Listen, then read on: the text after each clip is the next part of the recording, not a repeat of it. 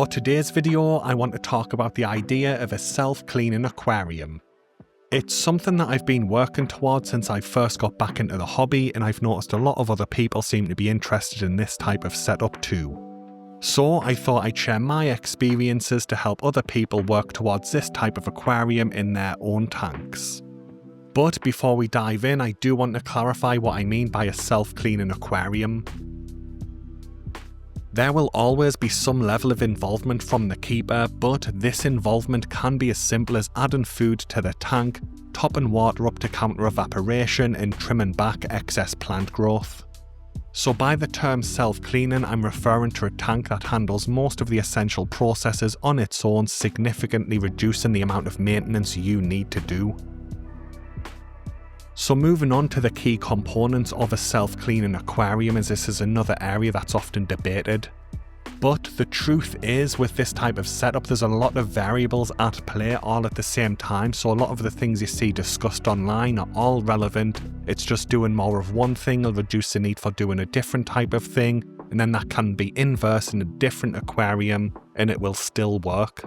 But the main things I personally consider in my own aquariums is the substrate, hardscape, plants, lighting, heating, microorganisms, mesofauna, macrofauna, fish, and food. Some of these definitely play a larger role than others, but even the smaller, less obvious elements can contribute to making your tank more self-sustaining.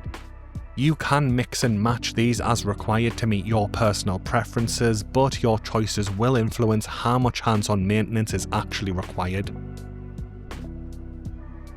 So getting into the video, and I want to start with one of the most important elements of a self-cleaning aquarium, which is the substrate. I know a lot of people might immediately think of a capped dirt setup like a Wallstad method tank, and while that is a great option, you can also build low-maintenance self-cleaning aquariums using aqua soil or potentially even inert gravel or sand. One of the key points that I do want to emphasize here is that in a self-cleaning setup, gravel vacuuming can be counterproductive, and I never gravel vacuum any of my aquariums. That layer of detritus that a lot of people try to remove when gravel vacuuming their tank is actually a valuable food source for waste-eating bacteria. These bacteria help to break down organic matter and keep the tank stable and clean, and provide an additional natural source of CO2 for your plants. So if you start to gravel vac this type of tank on a regular basis, you're removing that food source and limiting the bacteria colony size, which can be extremely important, as I'll touch on later in the video. Personally, I prefer to use half an inch of topsoil that is then capped with around an inch or two of fine gravel with a 2mm grain size, and this has worked perfectly well for me and many others. I know a few people who use potting soil without issue too, as well as some people who use slightly larger or smaller grain sizes with their gravel or sand when capping their nutrient layer. But based on the comments and messages that I receive, many of the issues people face with this type of tank setup seem to stem from adding extra things to their substrate. This is usually things like compost, additives, and boosters or mineral enhancers, and they are just not needed, and this deviates from the Wallstad method, and from what I've seen, it can result in various problems. So my number one tip when it comes to substrate for this type of aquarium is to stick with topsoil or potting soil, and ideally stick with the gravel as your capping layer that is quite fine and has a grain size of around 2mm.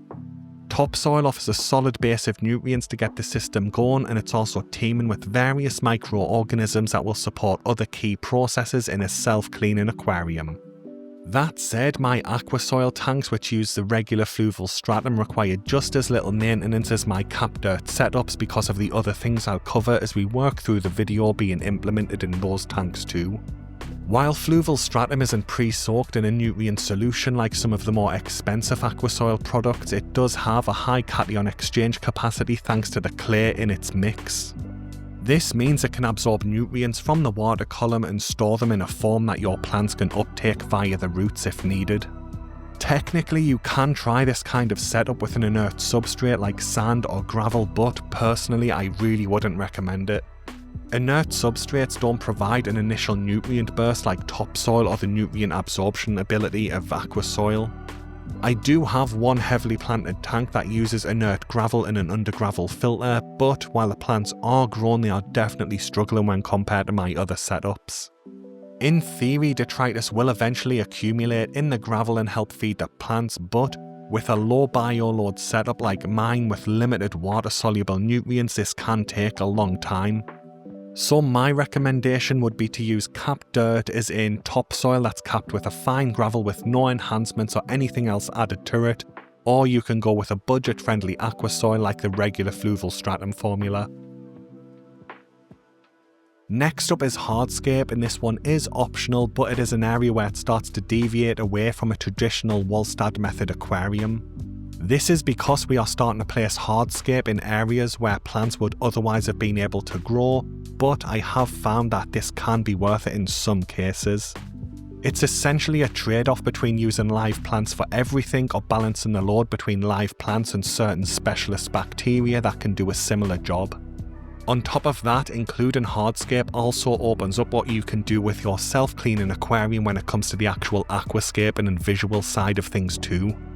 The main type of hardscape I want to focus on is lava rock, which is naturally porous and full of tiny little holes that we can use to our advantage when building a self-cleaning aquarium. While it is difficult to prove definitively, I've consistently noticed nitrate levels decreasing in several of my aquariums that feature lava rock even before I've added plants to the setup. To me, this does confirm that they are doing more than just improving the aesthetic appeal of the aquarium. One research paper had similar results when using pumice stone as a substrate, which has a similar structure to lava rock, and they found that their nitrate levels passively reduced by over 85%. And the theory is based on how the outer surfaces of the lava rock can be colonized by aerobic bacteria, the common types found in most aquariums that require oxygen for their daily processes. As the water progresses through the various layers of these tiny pores, the bacteria gradually use up all of the oxygen that it contains. So this potentially creates zones with different oxygen levels at different levels of the lava rock that we add to our tanks. In theory, this gives us a gradient from aerobic conditions on the outer layer leading to hypoxic conditions, then anoxic conditions, with anaerobic conditions deeper inside. I'll go into detail on how this can be helpful in a self-cleaning aquarium when we get to the microorganisms section later in the video, but in short, this kind of environment can support a wider range of bacteria that can help us achieve our goals. As you can see, my two newest Wollstad style tanks both include lava rock because I want to take full advantage of its potential benefits. That said, the original reason I started to use lava rock in so many of my aquariums has nothing to do with the bacteria. Thankfully, most rocks in the hobby are sold by weight, and due to its porous structure, lava rock is extremely light compared to some other popular options, so you just get more rock for your money, and that's why I initially started to use it. But this is just another advantage as it helps to keep our costs down and get us more rock for our money. Next up, I want to talk about submerged plants, which are a key part of creating a self-cleaning aquarium. While all aquarium plants provide surface area for beneficial microorganisms to colonize and help reduce maintenance requirements, fast-grown plants offer several other advantages that can make a big difference. First, many aquatic plants prefer to take up ammonium as their primary nitrogen source. Since ammonium is one of the first nitrogen compounds to appear in the nitrogen cycle right after ammonia, plants absorbing it early helps reduce how much nitrite and nitrate are ultimately produced in the system. This is important because nitrite is toxic even at low levels, and while nitrate is less toxic, it can still harm fish if it gets to high enough concentrations, and it can fuel algae growth. Second, by using up ammonium directly for growth, live plants passively reduce the amount of ammonia in the tank. This means that smaller beneficial microorganism colonies are required to convert the remaining ammonia into nitrite and then into nitrate. With smaller microorganism colonies, the biological oxygen demand in the tank drops, leaving more dissolved oxygen available for our fish and other tank inhabitants. Third, once the ammonia and ammonium in the tank are used up, fast-grown plants switch to using nitrate as their primary nitrogen source. In my established heavily planted tanks, nitrate levels tend to stay between 5 and 20 ppm thanks to how efficiently plants can absorb it. This not only helps to eliminate the need for frequent water changes to manage nitrate levels in our self-cleaning aquarium, but it also helps to keep nitrate levels low enough to minimise algae growth so we don't have to clean algae either. Fourth, aquatic plants also absorb various dissolved ions from the water as part of their nutrient uptake. This helps to control total dissolved solids or TDS, keeping it within safe levels and further reducing the frequency of water changes. And the fifth benefit of submerged aquatic plants is that they will actually produce oxygen during photosynthesis, which helps boost the overall dissolved oxygen levels available for your fish and other tank inhabitants. Now, there are a few variables to keep in mind, as plants only photosynthesize and release oxygen when the tank lights are on. At night or when the tank lights are off, they only respire, consuming oxygen and releasing carbon dioxide. However, in my experience, there still seems to be a net positive in terms of oxygen levels over a full day-night cycle, especially in well-planted tanks. And the sixth and final benefit of having submerged fast-grown plants in your tank is that they can also help reduce the chemical oxygen demand in your tank by reducing the level of organic compounds that would otherwise require oxidization. That said, chemical oxygen demand is more of a complex topic with a lot of different variables, so it is harder to quantify how much of a difference the plants make with this, but one research paper did find that plants were able to reduce chemical oxygen demand by up to 70%. But the main takeaways here is that submerged plants not only clean the water in your self-cleaning aquarium, but they also help support better oxygenation, making sure that your fish, shrimp and snails are healthy. And the good news is that there are plenty of easy to grow plants that can naturally purify your tank water if you want to try this type of setup but are new to the hobby. Some of my personal favourites include Limnophila sessiliflora, Hygrophila polysperma, Hygrophila siamensis 53b, Rotala rotundifolia, pearlweed, and to some extent the easier varieties of Ludwigia, but Ludwigia is a little bit more temperamental in my experience. That said, because submerged plants rely on CO2 which is dissolved in the water and levels are lower in low-tech setups like these, their growth rate can be limited, but that's where fast-grown floating plants start to come in. So, moving on, and we get to floating plants, which play a critical role in self-cleaning aquariums due to their unique position on the surface of the water, which gives them a major advantage due to the direct access to atmospheric CO2. This allows them to grow faster and more efficiently than submerged plants while still keeping their roots in the water, meaning that they provide similar benefits, often at a greater rate. The natural water purifying abilities of certain floating plants are well documented due to the phytoremediation industry using them heavily. Plants like duckweed, water lettuce and water hyacinth are frequently cited as being some of the most effective species for cleaning water. Unfortunately, water hyacinth is banned in many regions due to its invasive nature, but thankfully duckweed and water lettuce are easy to find. According to the research papers I've read, duckweed does usually outperform water lettuce when it comes to natural water purification, but either plant are an excellent option. One paper that I read reported that duckweed was able to absorb roughly 70% of the ammonium present in the water, and in doing so it helped reduce the biological oxygen demand in that tank by 75%. This is a table I made using the data from one of the other research papers that I've read showing duckweed's mineral absorption rate. As you can see, it's extremely efficient at removing various minerals from the water that would otherwise be left to contribute to the TDS count and potentially increase water change frequency. That said, duckweed isn't without its drawbacks, and its small size and rapid growth can make it difficult to manage. I've found that using a regular hair comb is a quick and easy way to scoop out large amounts of the excess duckweed during maintenance, but you really do need to stay on top of your maintenance with your duckweed. If left unchecked, it can completely cover the surface of your tank, blocking light from reaching submerged plants and potentially interfering with oxygen exchange at the water's surface. Personally, I like to leave around 25% of the surface covered with duckweed after each cleaning, and that balance seems to work well. However, if you are looking for something easier to maintain, then water lettuce is an excellent alternative. It's almost as effective as duckweed at purifying water, but it has a far larger size, making it a lot easier to manage. Other easy to keep floating plants that can also help include Amazon frogbit, salvinia and hornwort.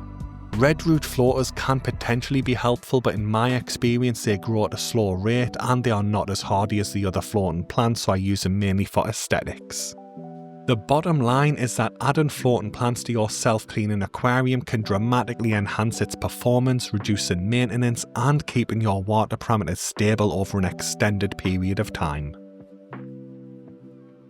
Moving on, and I want to talk about using houseplants in our aquarium, which I do see is a great alternative to floating plants. These serve a similar purpose in helping to purify the water in our aquarium, but they come with some unique advantages. That said, you do need to be careful not to overplant your tank with too many fast-grown, nutrient-absorbent plants, as doing this can lead to nitrogen depletion and potentially crash the tank. I have been experimenting with houseplants over the last few months where their roots are submerged in the water while their leaves are left above the waterline to grow. Unlike floating plants, this doesn't block light penetration or interfere with surface gas exchange, scoring houseplants some additional points over floating plants. And a lot of these floating plants can do a surprisingly good job of removing excess nutrients from our self-cleaning aquarium. Just like floating plants, houseplants have easy access to atmospheric CO2, allowing them to quickly grow and efficiently absorb excess nutrients from the water. I'm currently growing pothos, peace lily, monstera and tradescantia in one of my aquariums, but I do plan to test this further in the future. If you are looking for more houseplant ideas that you can use in your aquarium, the Plant Life Project YouTube channel has some great examples of houseplants that are easy to grow this way. However, there is one important clarification that I want to make, as in many of those videos the creator often says that the plants absorb nitrate from the water. Now, I didn't think that this was correct, so I did some digging and I found a video by Dr. Kevin Novak, who has a PhD in limnology and aquatic microbiology. In his video, he explains that plants like pothos actually prefer ammonium as their nitrogen source, not nitrate, and while this is a subtle difference, it is important. As I mentioned earlier in this video, ammonium appears earlier in the nitrogen cycle right after ammonia, while nitrate is the final byproduct. When you use plants to consume ammonium, you're effectively intervening earlier in the nitrogen cycle, which reduces the production of toxic nitrate and the far less toxic nitrate, which can fuel algae growth and require water changes. This approach also reduces the biological oxygen demand in the tank that I covered earlier, because we are taking the ammonium earlier in the nitrogen cycle rather than waiting for nitrate to form and then feeding on that. And as I touched on earlier, houseplants are mounted above the waterline so they don't interfere with gas exchange at the surface like dense mats of floating plants. So if you are looking to enhance the abilities of your self-cleaning aquarium, adding houseplants can be a powerful alternative to floating plants that do have some advantages of their own. So moving on, and we get to lighting, and while it might be tempting to try and rely on natural sunlight when setting up a self-cleaning aquarium, I don't recommend it.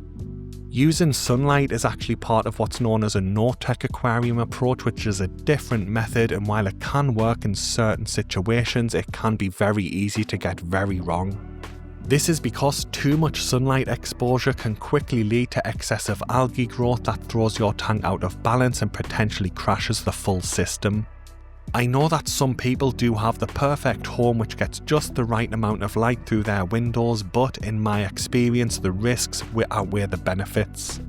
Instead, I recommend getting a dedicated aquarium light, especially if you're working with smaller nano tanks like some of mine.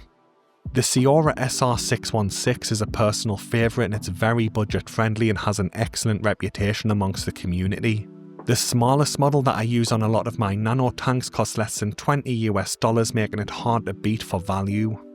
But there is a huge range of different lights at different price points available on the market these days, so there's plenty of options to choose from.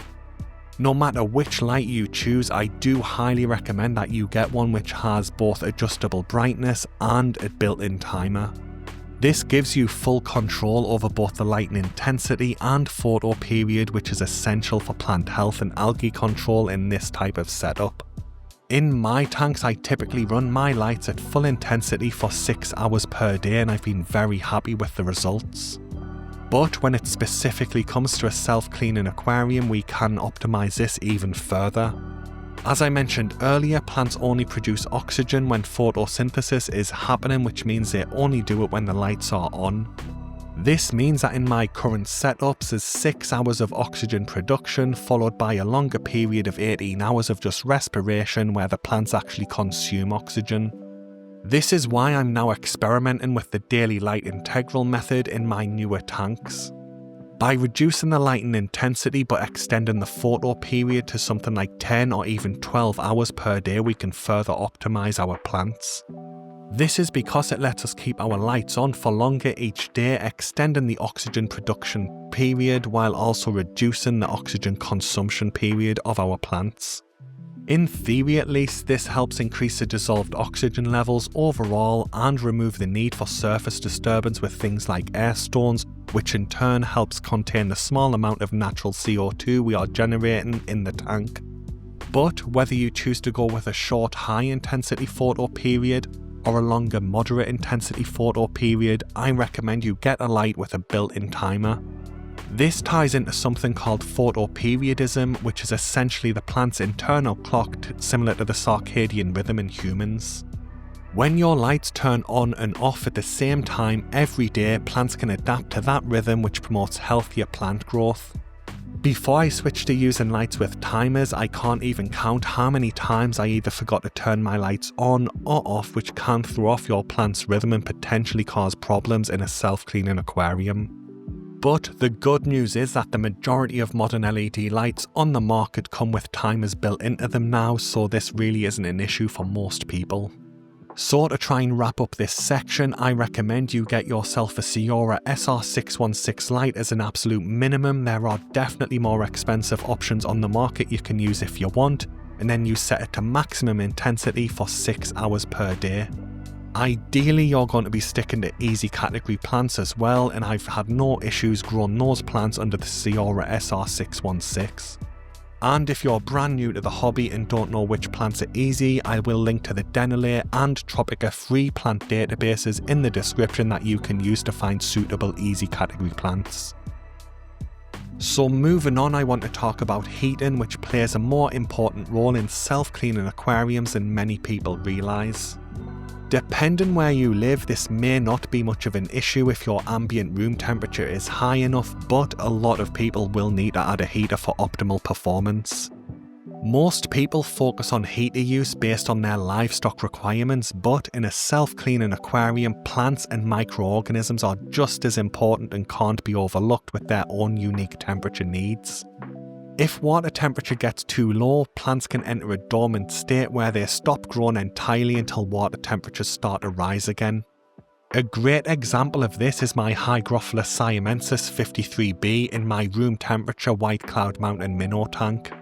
It normally has a moderate to fast growth rate, but in this tank it completely shut down over winter and stopped growing. It only began putting out new leaves again once spring rolled around and the water temperatures started to warm up. Since plants play such a crucial role in this type of aquarium, keeping them healthy year round is key. To avoid this, I recommend maintaining a minimum water temperature of 22 degrees Celsius or 72 degrees Fahrenheit to prevent dormancy setting in. Even better, you can aim for warmer water conditions if possible, as many beneficial bacteria that we can use in our tank function best at warmer water. For example, Fritz Aquatics recommends maintaining a water temperature of between 25 and 30 degrees Celsius or 77 and 86 degrees Fahrenheit for optimal performance of their Fritzzyme 7 bacteria in a bottle product. Another often overlooked benefit of having a heater in your aquarium is thermal convection, which is the natural movement of water between cooler and warmer areas in the tank. This gentle circulation helps nutrients and waste products in the water column move around and come into contact with plants and microorganisms so they can be naturally cleaned. So here's some actionable advice for this section of the video. Aim for a water temperature of 22 degrees Celsius or 72 degrees Fahrenheit as a bare minimum in your self-cleaning aquarium to keep your plants happy. Ideally, you would target a temperature of between 25 and 30 degrees Celsius or 77 and 86 degrees Fahrenheit if you want to optimize both plants and microorganism performance. But you can go to higher water temperatures if needed to support the specific tropical fish species you want to keep, but this can limit your plants that will survive at that temperature. So moving on, and we get to microorganisms, and again a lot of people overlook just how important the different types of microorganisms can be in a self-cleaning aquarium. While you can buy bacteria in a bottle products for both maintaining the nitrogen cycle and controlling waste buildup, these usually aren't needed in this type of aquarium, especially if you're using a cap dirt substrate. That's because, as I mentioned earlier, soil or dirt contains a wide range of bacteria that we can put to use, and a lot of these are naturally found in tap water anyway. I do have a fully sourced blog post that goes into more detail on the different types of microorganisms if you want to check it out, and I link to it in the description. But here's a quick overview of some of the microorganisms that we put to work in a self-cleaning aquarium.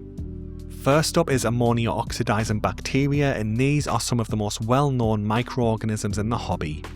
These convert toxic ammonia into nitrite, which is still toxic but a step in the right direction. These bacteria prefer higher pH levels and warmer waters, ideally around 25 to 30 degrees Celsius or 77 to 86 degrees Fahrenheit. But the best part is these are usually very easy to cultivate in a lot of suitable tanks. Next up are ammonia oxidizing archaea, which perform in a similar role to ammonia oxidizing bacteria that I just covered by focus on the ammonia aspect of the nitrogen cycle. But research has suggested that these thrive in a wider range of water parameters and can be the dominant ammonia processor in tanks with cooler water and low pH levels.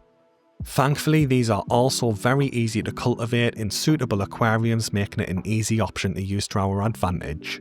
Next up we have nitrite oxidizing bacteria, and these take over where ammonia oxidizing bacteria and ammonia oxidizing archaea both left off, converting nitrite into nitrate, which is far less harmful. Like ammonia oxidizing bacteria, these also tend to prefer warmer water temperatures and higher pH levels, but for the most part should be easy to cultivate in the average aquarium.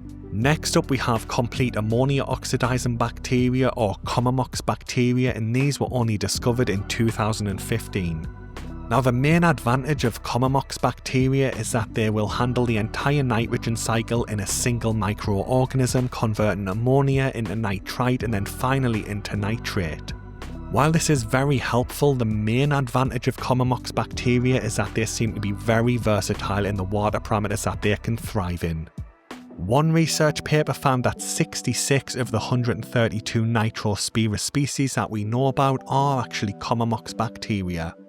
And on top of that, they go from low water temperature and low pH all the way up to high water temperature and high pH, with some research suggesting these can be a dominant factor in a lot of aquariums. Moving on, and we get to denitrifying bacteria, and these are more of a specialist group of bacteria that are optional, but it's what I referred to earlier when we're creating those lower oxygen zones in lava rock. Now in theory we can also create these low oxygen zones in deep sandbed substrates, but personally I don't prefer a really deep substrate in my aquariums. But as oxygen levels deplete in these environments, denitrifying bacteria can convert nitrate directly into nitrogen gas, which then escapes into the atmosphere. This helps to passively manage nitrate levels without water changes, reducing the risk to our fish and reducing the chance that algae will dominate the tank. Moving on, and we get to anaerobic ammonium oxidizing bacteria, commonly known as Ammomox bacteria. Now these guys can be an absolute powerhouse in a self-cleaning aquarium because they do several things at the same time. Ammomox bacteria wait for both ammonium and nitrite to be present in the aquarium at the same time and then convert them both directly into nitrogen gas without producing any nitrate as a byproduct. So, as I touched on earlier in the video, directly controlling the ammonium in the tank helps us control the toxic ammonia and reduce the toxic nitrite produced, but with this one, there's no nitrate produced either, as it goes straight into nitrogen gas. So this helps to keep the toxin levels low in the aquarium while also reducing the amount of nitrate produced, reducing the need for water changes even further. But there is a downside because just like denitrifying bacteria, these also require low oxygen environments, so features like lava rock or a deep sand substrate are usually the best options to cultivate them. Finally, we get to waste-eating bacteria, and there's a few different genus that we can take advantage of for this, but they all basically do the exact same thing. Waste-eating bacteria consume the organic matter like fish waste, leftover food and decaying plant material in the tank and act as a huge advantage for a self-cleaning aquarium. As they break down this organic matter, nutrients are released into the water column where plants can absorb them through their leaves and stems. And on top of that, there's also an additional bonus because their process naturally releases small amounts of CO2 into the water.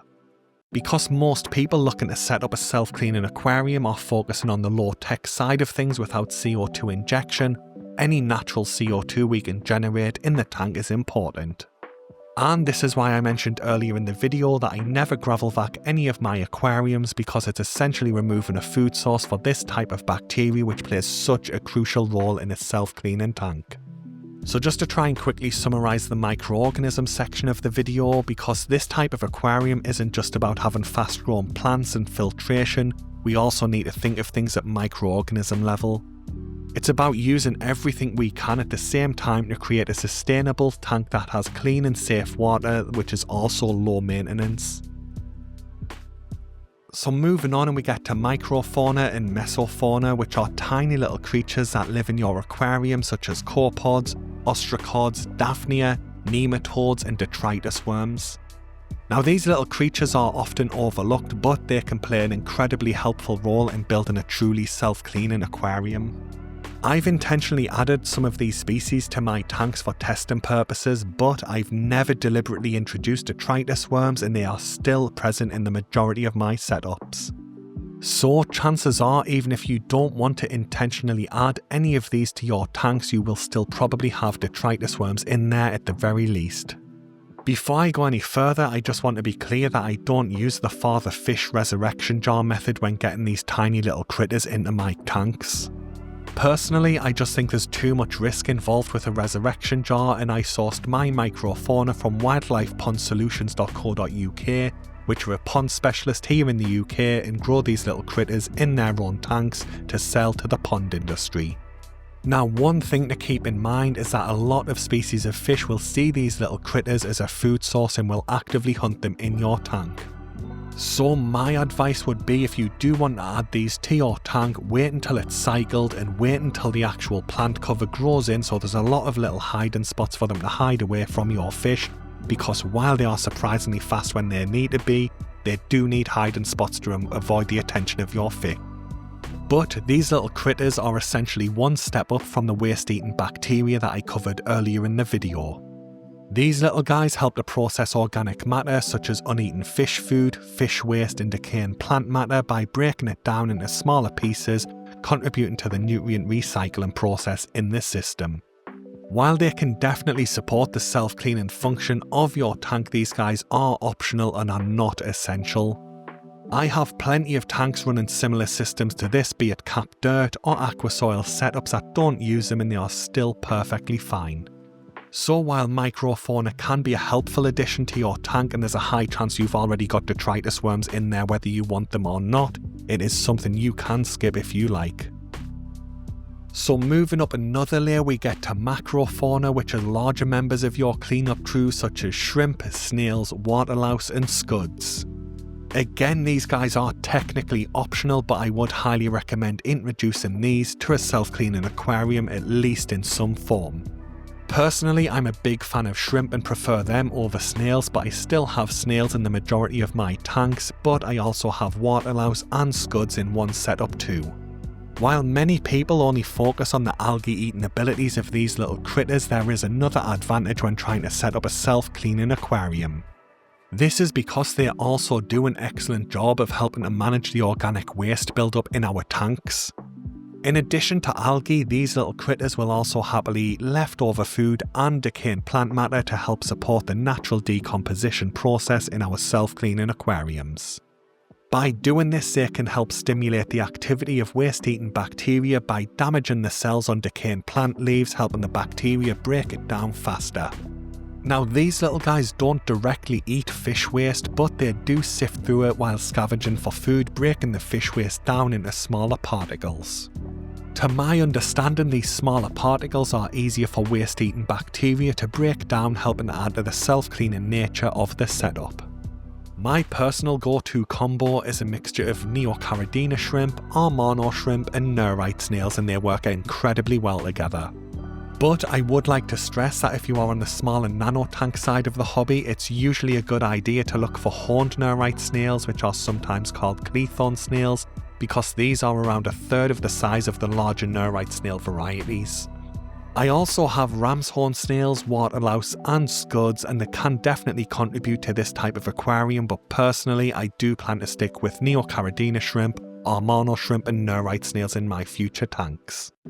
So just to summarise this section, while Macrofauna aren't necessary for this type of aquarium, they are a powerful addition that can speed everything up and help keep everything clean and reduce the amount of maintenance required from your specific aquarium.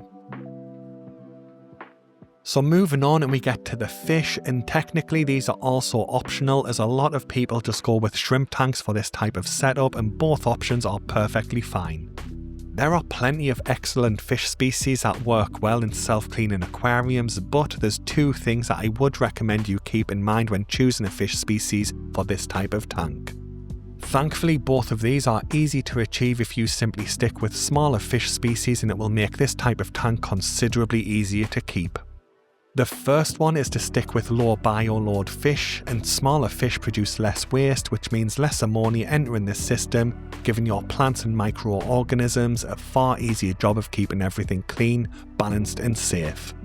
The second thing you need to keep in mind is oxygen demand, and while it can be difficult to find precise data on this, it does seem that smaller fish consume considerably less oxygen than even medium-sized fish.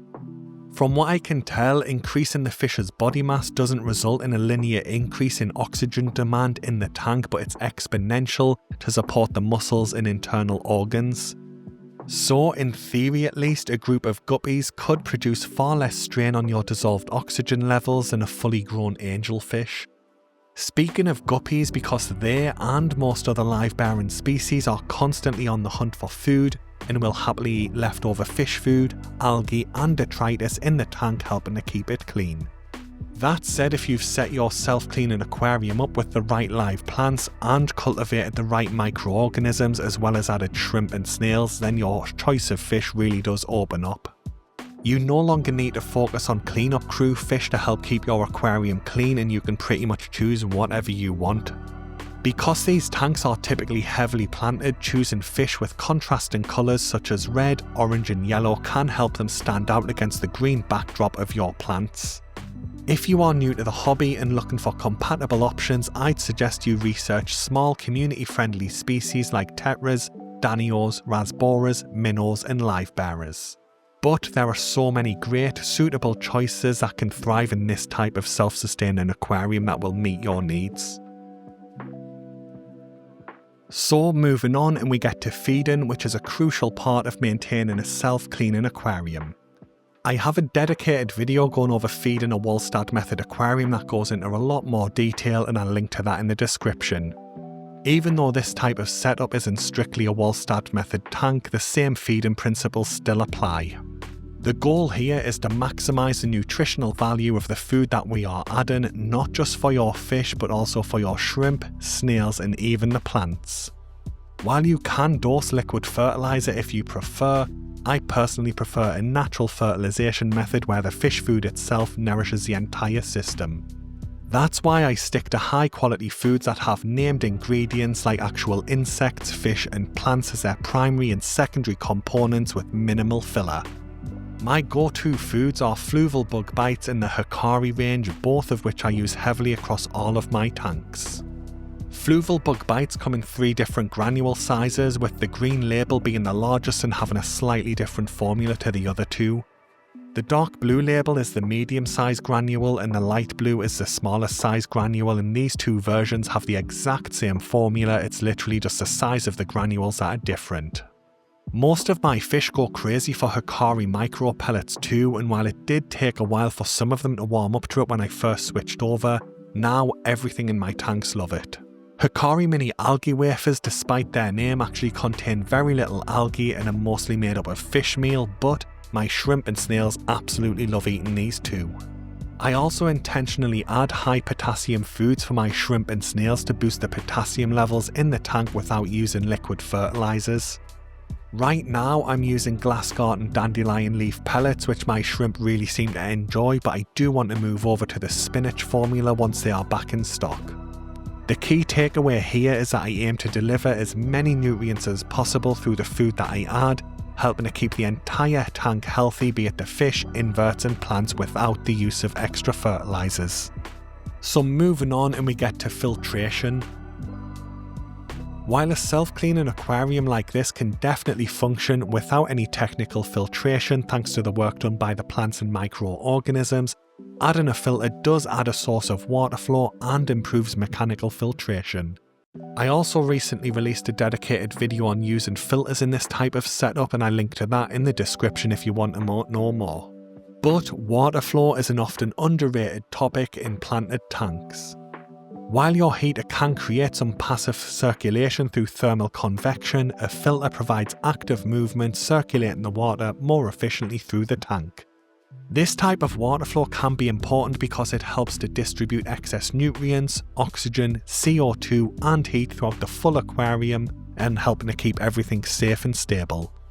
Mechanical filtration is about using filter floss to trap debris and particles floating in the water to help keep the water looking crystal clear.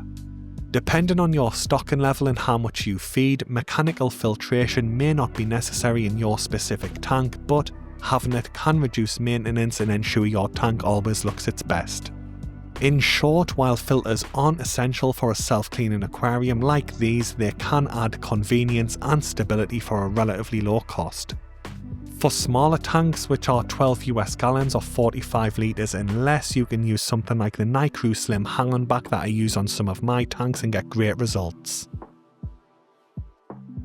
Finally, I want to talk about maintenance requirements, because while this type of aquarium is designed to be as low maintenance as possible, there are still some tasks you will have to do. The most common task is topping up the water level to compensate for evaporation out of your tank. A lot of people worry that without regular water changes, total dissolved solids or TDS levels will continuously rise in your tank.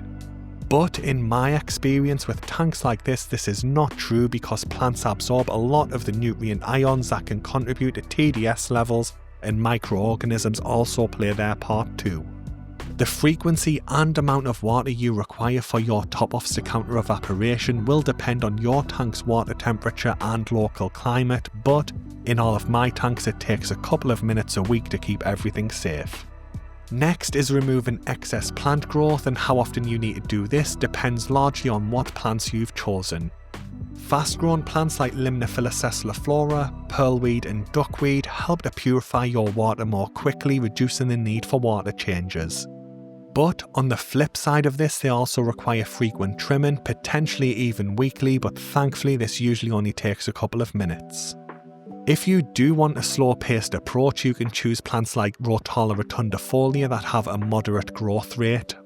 You will need to add more stems to the aquarium to get the same amount of natural filtration in the tank, but the benefit is that you'll only need to do your maintenance once every month or two. There is a trade-off here as well though, because when your maintenance does come around and you need to remove that excess plant growth, there will be more stems for you to trim, but it really shouldn't take that long. Then we have algae control, but in a mature, well-cycled tank setup like this, algae really shouldn't be a major factor because plants will outcompete it for nutrients. That said, I do still like to clean my tank glass to remove the algae that builds up on there, but again it really doesn't take long, and I guess it takes less than a minute per week. And then we have water changes, and personally I see these as more of an emergency tool for when we make mistakes rather than a regular part of maintenance. For example, I can't even remember the last time I did a water change in my pearlweed jungle tank, and even though I only do water top-offs, its TDS doesn't consistently increase like some sources suggest, it stays around 160. While traditional fish tanks rely on frequent water changes to stay stable, these heavily planted systems often don't require them for months at a time or potentially even longer. But I cover water changes in more depth in another video where I also cover some commonly overlooked downsides of frequent water changes, and I link it in the description. So other than that, there's very little maintenance to do, which means you get to spend more time enjoying your mini ecosystem and watch it grow and thrive. I've recently set up 2 new Wollstadt method aquariums, one for a betta fish and another for a cherry shrimp colony, but I have modified both slightly with lava rock to support low oxygen microbial activity. My current plan is to do monthly video updates for both of those tanks and potentially another 2 that I plan to set up too, just so you can watch everything develop over my shoulder on a month by month basis to get a better idea of how this type of tank works. Anyway guys, that brings the video to an end. I hope it's been helpful, thanks for watching and good luck with your self-cleaning aquariums.